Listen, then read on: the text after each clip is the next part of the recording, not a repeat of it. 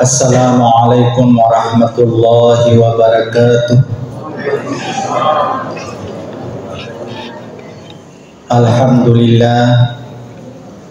Alhamdulillahillazi bi ni'matihi tatimmus shalihat wa bi fadlihi tatanazzalul khairat wal barakat wa bi taufiqihi tatahaqqaqul maqasid wal gayat. Ashhadu an la ilaha illallah wahdahu la syarika lah wa ashhadu anna Muhammadan abduhu wa rasuluh fi kulli lamhatin wa nafasin adada ma wasi'ahu ilmullah. Allahumma salli ala sayyidina Muhammadin al-fatih lima ughliq wal khatimi lima sabaq nasiril haqqi bil haqq wal hadi ila siratikal mustaqim wa ala alihi wa sahbihi haqqa qadrihi wa miqdarihil azim. Amma ba'd. Sinin teman-teman lebihku nenia sidin salaku makoto para pemang-andi-andiku anak-anakku sekalian, hadirin wal hadirat sidang jamaah tarwih yang insyaallah ia angkai manang pada renasarifum Allah Ta'ala. Singina papojina punai manang rituhum Allah Ta'ala buang ia pancajan ia linoi onrong akamalakeng nania onrong atunduk-tunduk meninggi gitau papoli amalak licin aledang tutu runtui pamalak licinna meninggi gitau pogau-gau menjae aledang tutu runtui pacalan nama japunna Allah Ta'ala natan angkai magau bawang lirisi dia akan man amila salihan falinafsihi wa man asa'a fa'alaiha wa ma rabbuka bizallamin lil abid. Maka to para paimang na terlalupai masalawa nanya mapasalama lauri salim albi na Nabi Muhammad sallallahu alaihi wasallam nabi ya pura pesui umatna boleh dipataka pak na kafir jahiliyah na lauri tajang carilakila na agama asalana. Hadirin wal hadirat sidang jamaah tahrir rahimakumullah. Jadi syukur alhamdulillah penangkaman kimadap bunga dilena untuk beraka ye guna pasilena rengi pak kasiwiata barusan kita melaksanakan salat isya secara berjamaah, dan sebelum kita melanjutkan ke ibadah salat tarawih secara berjamaah pula mila gampang amaraja lebih di mana tetonga cinampe sebagai palisa waktu untuk ramping kisilapa yarga 28 sebagai ada si peringaran lori kalau tak mana. Hadirin wal hadirat sidang jamaah tahrir rahimakumullah. Jadi syukur alhamdulillah kita ini sudah melewati separuh perjalanan dari bulan suci Ramadan. Malam ini kita sudah berada pada malam yang ke-19. Kalaupun ada saudara muslim kita yang mengatakan bahwa malam ini malam ke-20, itu tidak perlu kita perdebatkan, tidak perlu kita perselisihkan sampai berujung kepada debat kusir, karena perbedaan kemarin jatuhnya satu Ramadan itu hanyalah perbedaan metode saja. Bindingan kepala bira makadai bila bira mau di sama ma puasa, nah di sama malam pak. Jadi kalau kita malam ini malam ke-19, insya Allah puasa kita 29. Yang mengatakan 20 insya Allah itu puasanya 30. Berarti kita akan ketemu di tanggal 1 Syawal 1445. Jadi itu yang harus kita syukuri.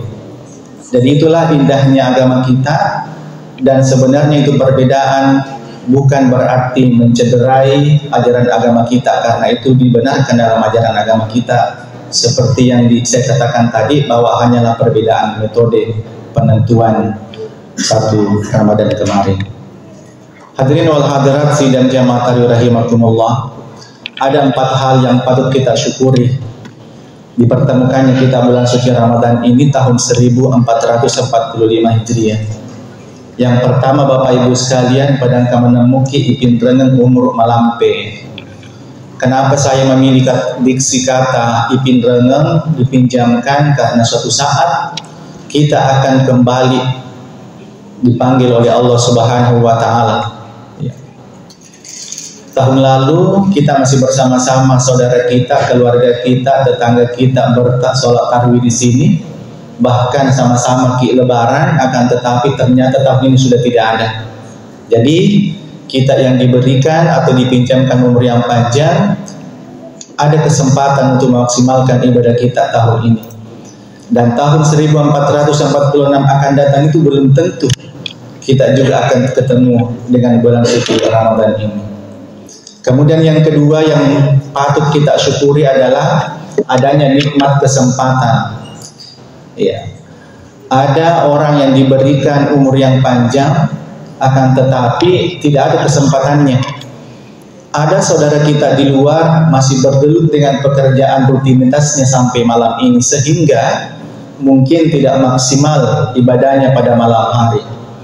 Mungkin tidak lengkap salat tarawihnya di masjid. Syukur-syukur kalau salat tarawih di rumah. Kemudian yang ketiga, Bapak Ibu sekalian, yang kita harus syukuri adalah adanya nikmat kesehatan.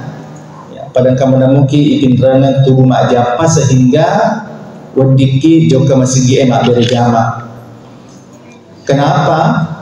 Ada keluarga kita mungkin di rumah, bahkan ada di rumah sakit, terbaring sakit dan tidak mampu berjalan ke masjid. Temaka elo namelo masam pajak berjamaah ki masjid nekia kesehatan tidak memungkinkan.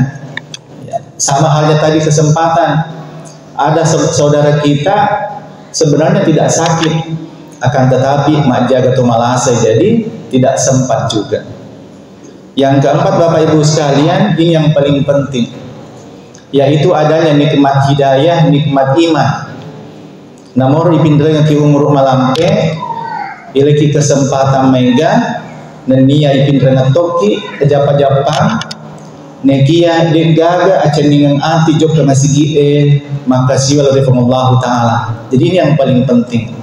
Jadi ada hidayah, ada taufik, ada petunjuk. Mungkin biasa kita rasakan sendiri, takut boleh siru kutue, ya, takut berkutu siki jok masigi. Itu yang kita doakan, bahwa kita berdoa supaya kita bisa istiqamah, ya, supaya mantap iro pendirian tak untuk senantiasa beribadah kepada Allah Subhanahu wa Ta'ala. Hadirin sidang jamaah tarawih rahimakumullah, di separuh perjalanan kita ini bisa dikatakan bahwa ini sudah 1/2 perjalanan, bahkan kita ini sudah memasuki pada tahap ketiga sebenarnya. Kalau kita ini sudah malam ke-19 tadi, berarti sisa 10, ya, sisa 10 puasa kita. Jadi ada hal-hal yang perlu kita maksimalkan untuk meningkatkan kuantitas dan kualitas ibadah kita. Kuantitas dalam artian jumlahnya, kualitas dalam artian mutunya. Seperti apa mutu ibadah kita itu? Dalam kesempatan yang singkat ini, meloka ramping ki mapamula sempajan 5 waktu. Sempajan 5 waktu saya pikir tidak ada masalah. Kita kerjakan sholat 5 waktu, mulai dari subuh, duhur, asar, maghrib, dan isya. Ada berapa rakaat itu Bapak Ibu? Ada 17 rakaat. Jadi tidak ada masalah ini.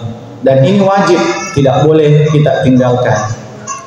Yang tidak kalah pentingnya yang ingin saya sampaikan adalah jangan kita pernah tinggalkan salat sunat rawatib.